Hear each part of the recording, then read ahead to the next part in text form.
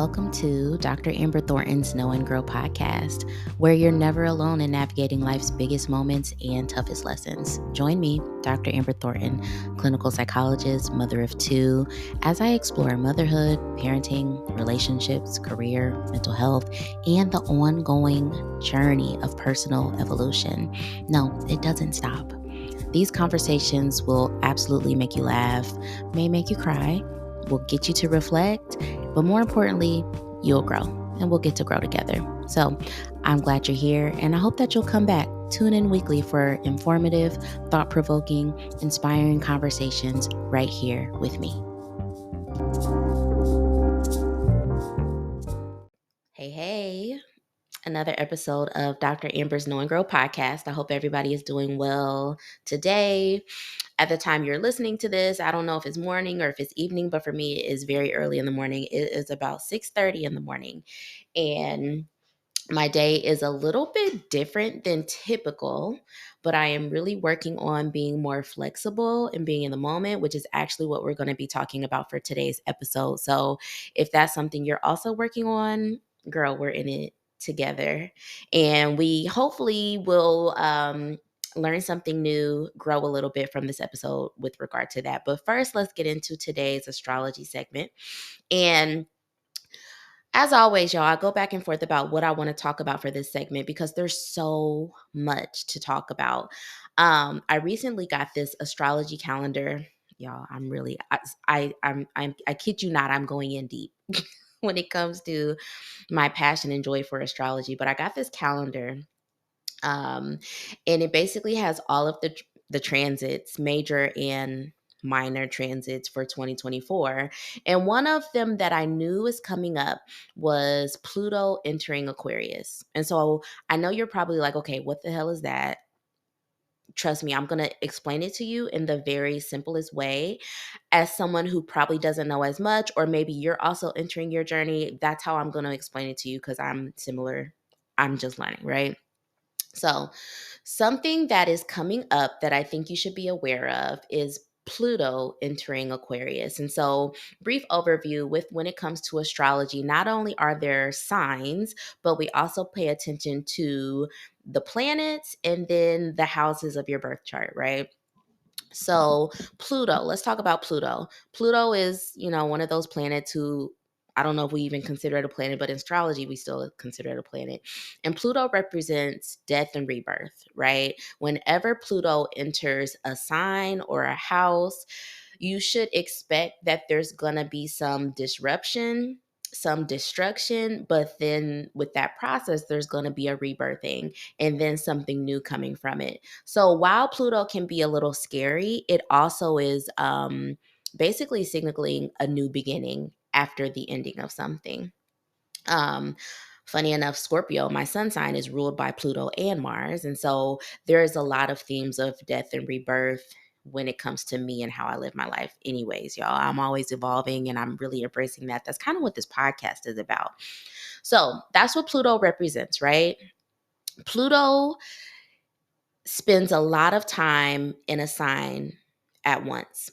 Pluto was previously in Capricorn and was there for like 15 years. So when Pluto was in Capricorn, there were a lot of things happening with regard to Capricornian themes. But then also, if you know your birth chart, go look where Capricorn is in your houses. We're not going to talk about the houses fully today, but I think it's important for you to know where these signs are in your birth chart, right? So previously, Pluto was in Capricorn for like 15 years, and now it's a big deal because Pluto is moving on January 20th, which, if you're listening to this currently, that was like 2 days ago, into Aquarius. So why is this significant? One is significant because Pluto doesn't move that often. And so what we anticipate is that there's going to be a shift in terms of the tone that Pluto sets for our society, but also for your life, right? To understand this, you also have to know the differences between Capricorn and Aquarius. If you know a Capricorn and you know an Aquarius, they're probably very different. Capricorn is very think institutions, think structures, think fairness, think grounded, very earthy, right?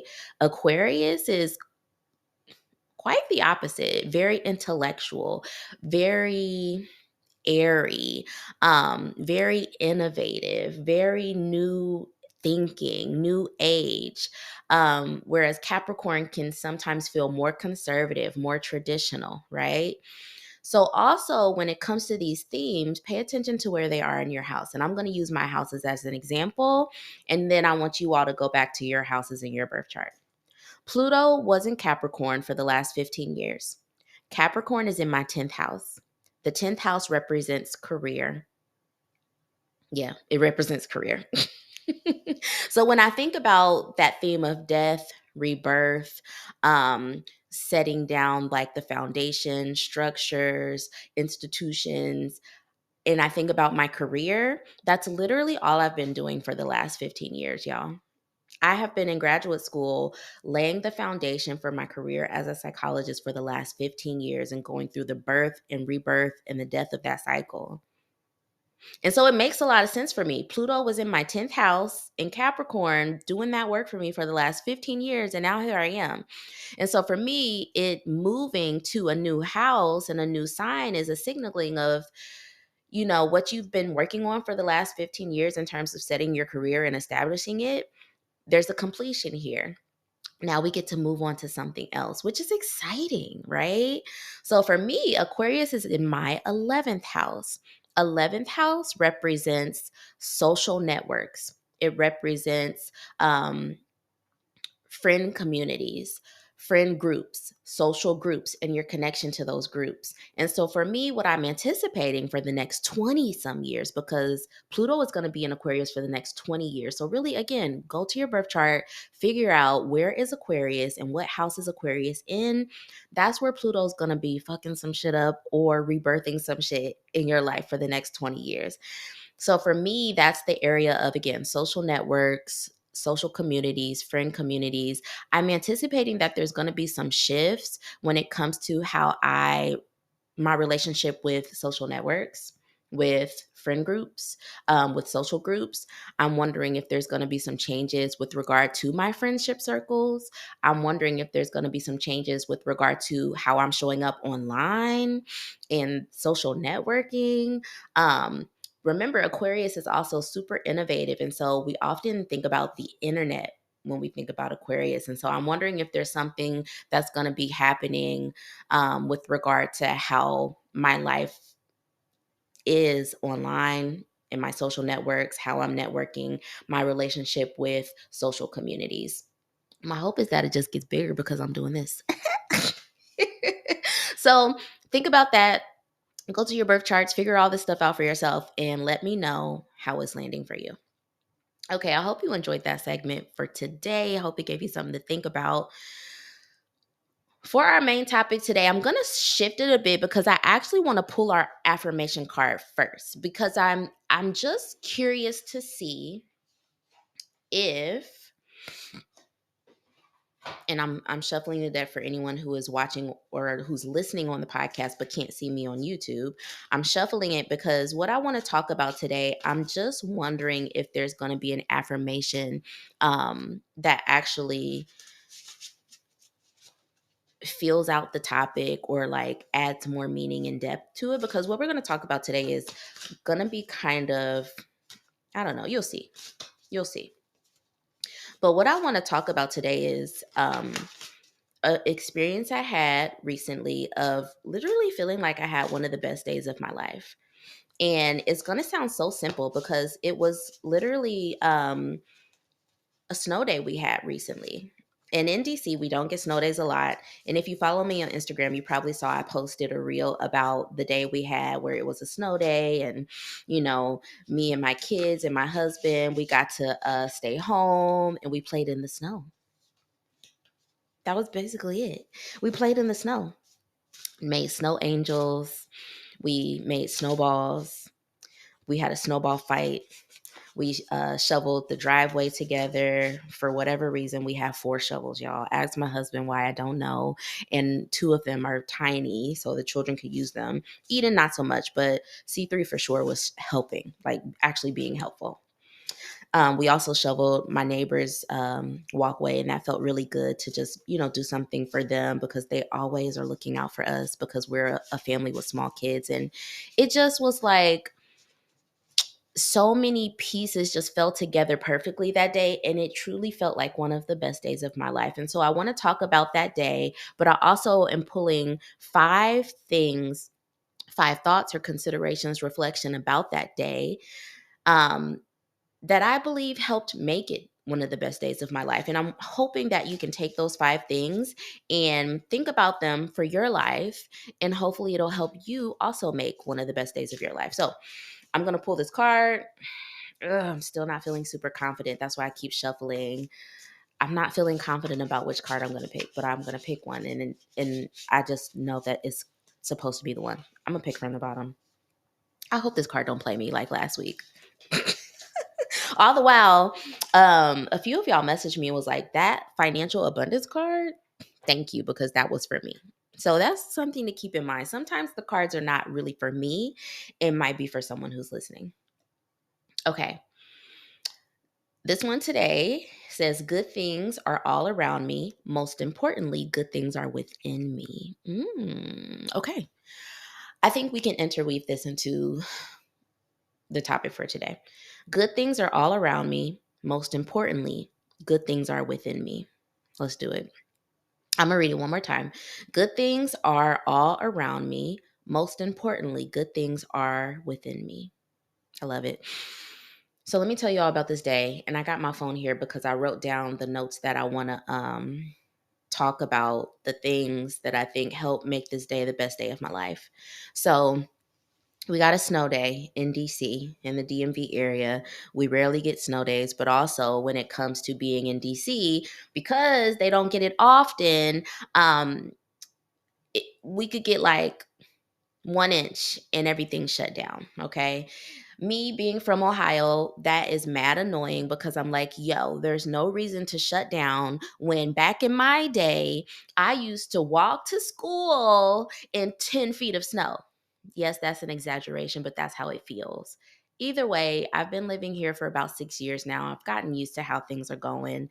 And we finally had a snow day. We finally had a snow day. And it was super special because my son, who is 4, has been asking about snow literally for the last 2 years. He's been wanting snow. He's been wanting a snow. He kept saying, on Christmas is going to be snow, right? And I was just like, I don't know, baby. I don't think it will. But he finally got his snow.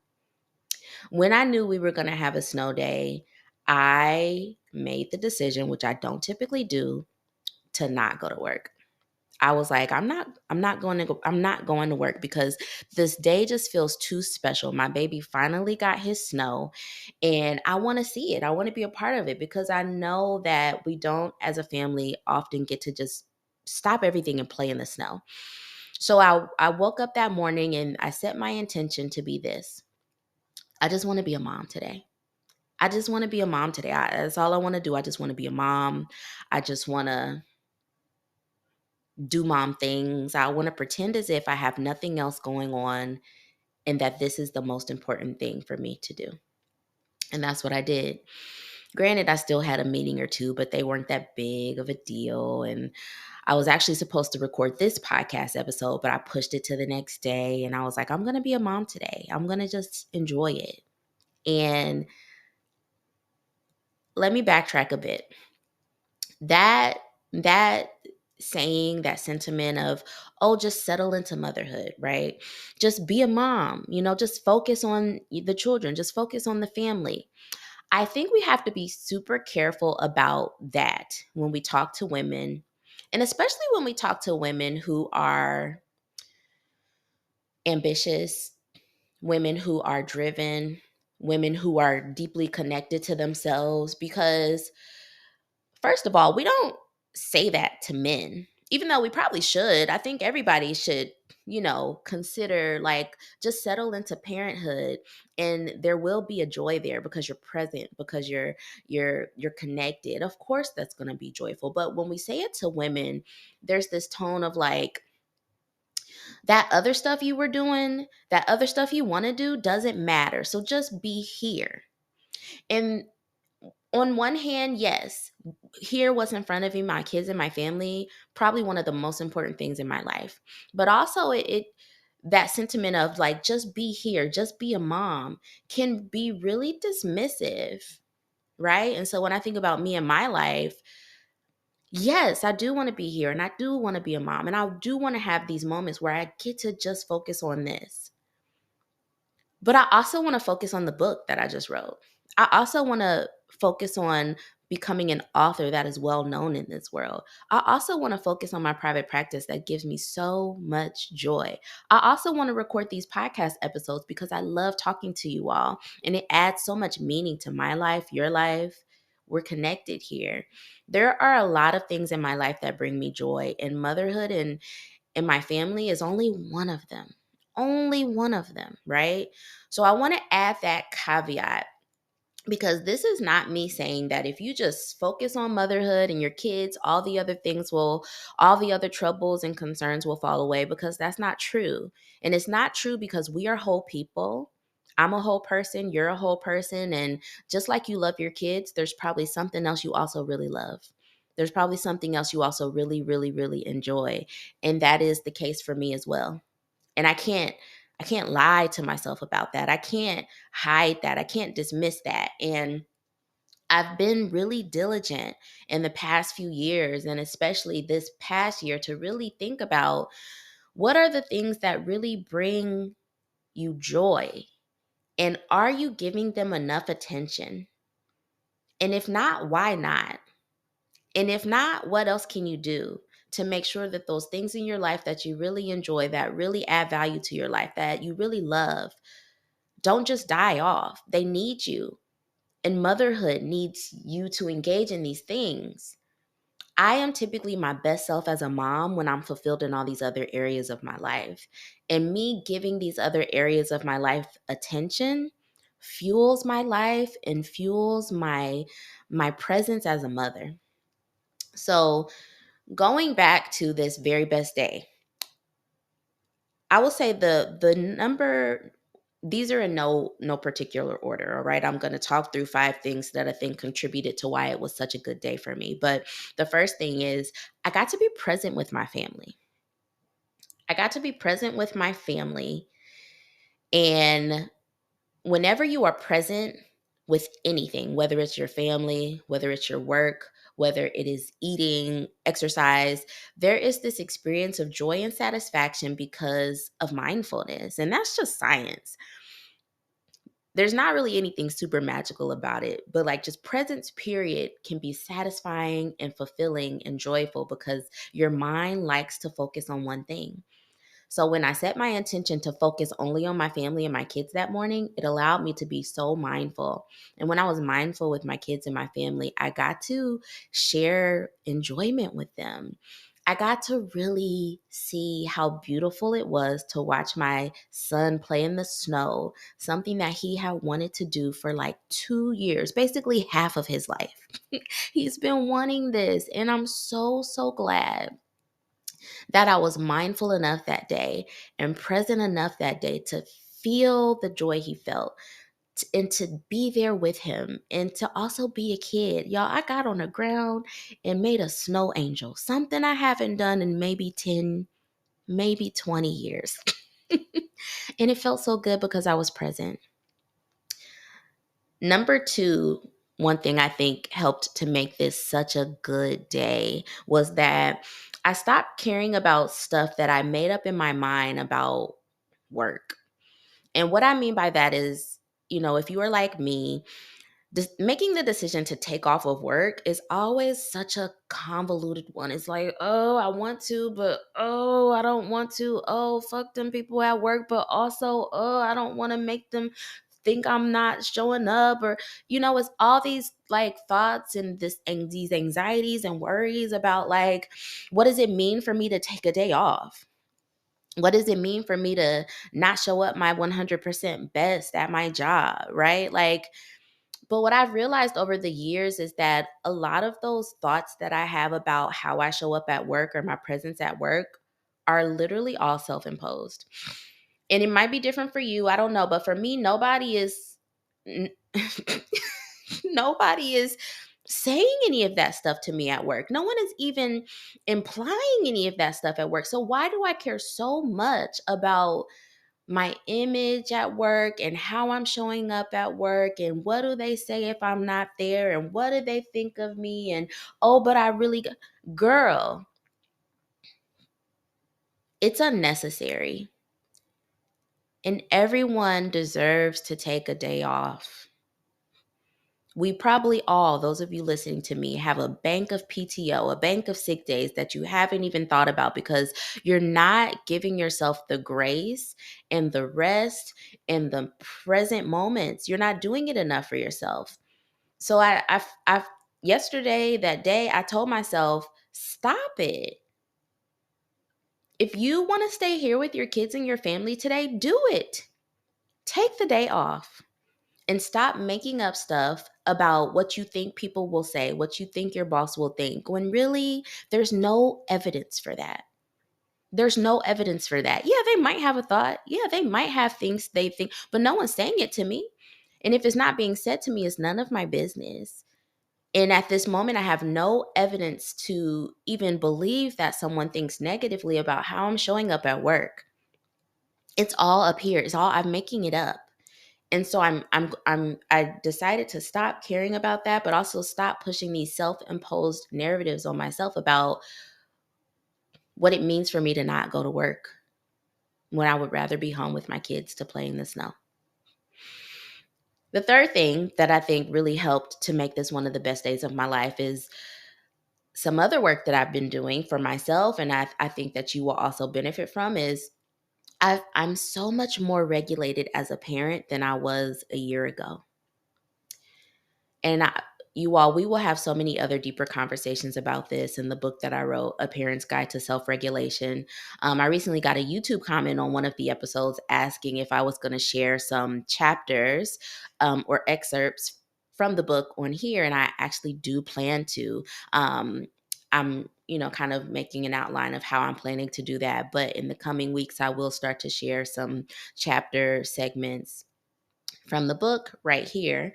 But the process of writing that book really changed my life. And I'll just share briefly when I first was asked to write this book by the publisher, again, A Parent's Guide to Self-Regulation. They wanted me to write a book about helping parents to self-regulate themselves, their emotions. And I was just thinking, yo, is this a sick joke? God, why would you have me do this? Because you know in my deepest, darkest moments, my biggest fears are that I struggle with this. I struggle with this and I don't know how to do this. So how can I help other parents? But I was open and I embraced the opportunity because instead I thought of it as, first of all, Amber, you are Dr. Amber and you probably know way more than you think. But also in your biggest obstacles is an opportunity to help someone else with the same challenge. Um, this is an opportunity for you to actually go there and heal this for yourself so you then can help other people do it. And so I'm so excited to start talking about this book more and for the book to be released in June because it changed my life. I am so much better than I was a year ago, 2 years ago. A day like this a year ago would have threw me so much so that I would not have even been able to be present because I would have been so in my feelings and unable to cope with just the fact that the day was disrupted. I would not have been able to be present because I would have been so worried and anxious about the fact that the things didn't go my way or that I had to like muster up some other strategies to be with the kids, knowing that the kids probably would dysregulate me even more. Like it was a mess and I was a mess. But because I've been working on my ability to cope more, my own self-regulation strategies, and that has trickled down to my kids a little bit more, we're in such a better space. And I think that that is a big factor for why this day, the day that shocked me that, oh, snow day, everybody's home. I just so easily was like, hey, I'm just going to take a day off. I'm going to be present. I was only able to do that because I have been working on my self regulation and through the process of that book have found a new me. So I hope that you'll pre-order your copy because it truly changed my life just writing the book. And I know it'll help change your life too. Whew, that's a good one. That's a big one. Number fourth thing that I think contributed to why this was such a good day for me. And what I wrote down is the attention to my needs and my desires outside of motherhood so that they aren't distracting me when I am in motherhood. So, what I mean by that is this: I'm always a mom, 100% every single day of my life. There is not something I get to turn off, right? But there are moments when I'm like in motherhood. And I think that day we had, the snow day, was that day where I was like, I'm choosing to be in motherhood. I'm all in today. I'm giving it 100% of me. I am all in. I'm in motherhood. And one of the big reasons I was able to do that is because I wasn't distracted by unmet needs outside of motherhood. I wasn't distracted by unmet desires outside of motherhood because I've been doing the work, y'all. If you listen to the past episode, you know I have a love hate relationship with that word. But I've been doing the work to make sure that my needs outside of motherhood, my desires outside of motherhood are being tended to. And I think that's a challenge for many of us and many of you. When we become moms, we completely dismiss our other desires. We completely dismiss our needs because we're so focused on our children and our family, because we love them, of course, but like that's eventually going to backfire because one day there's going to be a snow day and you're going to want to be all in motherhood, but you're going to be distracted because there's these other things calling you.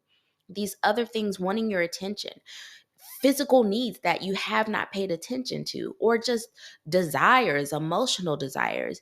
We need to pay attention to those things throughout our lives so that there can be a day where it's like, okay, motherhood all in. And the other stuff, we're good back there because I've been paying attention to those all along the way. Right? I've been doing the work to show up for myself. I've been doing the work to tend to my needs and work towards where I want to go in my career and with my content creation and my physical body. Like I've been paying attention to myself. I've been paying attention to my needs. I haven't been dismissing my desires. And so that allowed me to put them aside for a day so I could give my all to motherhood. Because again, let's face it, we are multifaceted people. It's hard to just be one thing. We are not just one thing. But there will be a day where it's like, okay, can we just be here? And you can only do it if you've actually been giving attention to all those other parts of yourself, because the other parts of yourself will feel satisfied and be like, okay, that's fine. We're good.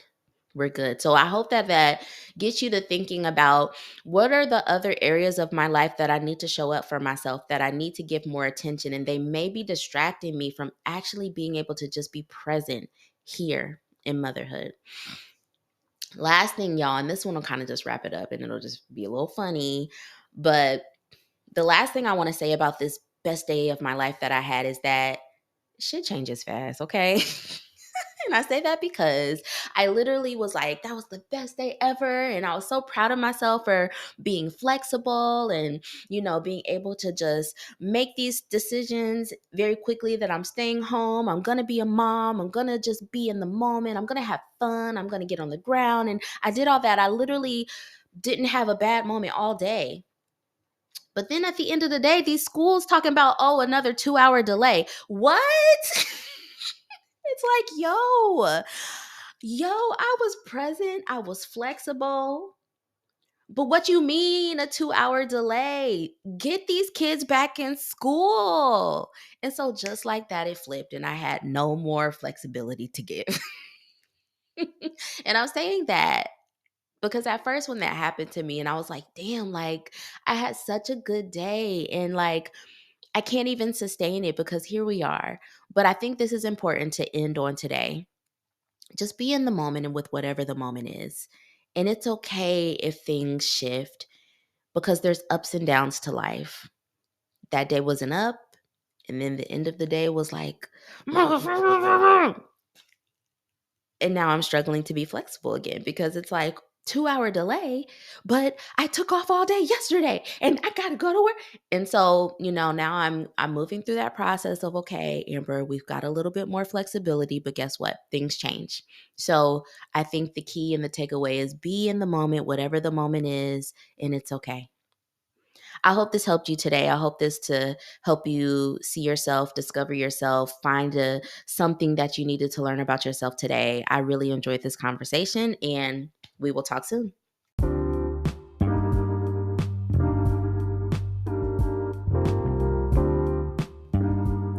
Thank you so much for listening to Dr. Amber's Know and Grow podcast. I love that you're here. I love that we're learning together. We're growing together. We're navigating all these things together. We're really in this together. So if you enjoyed today's episode, please leave me a 5-star rating and review.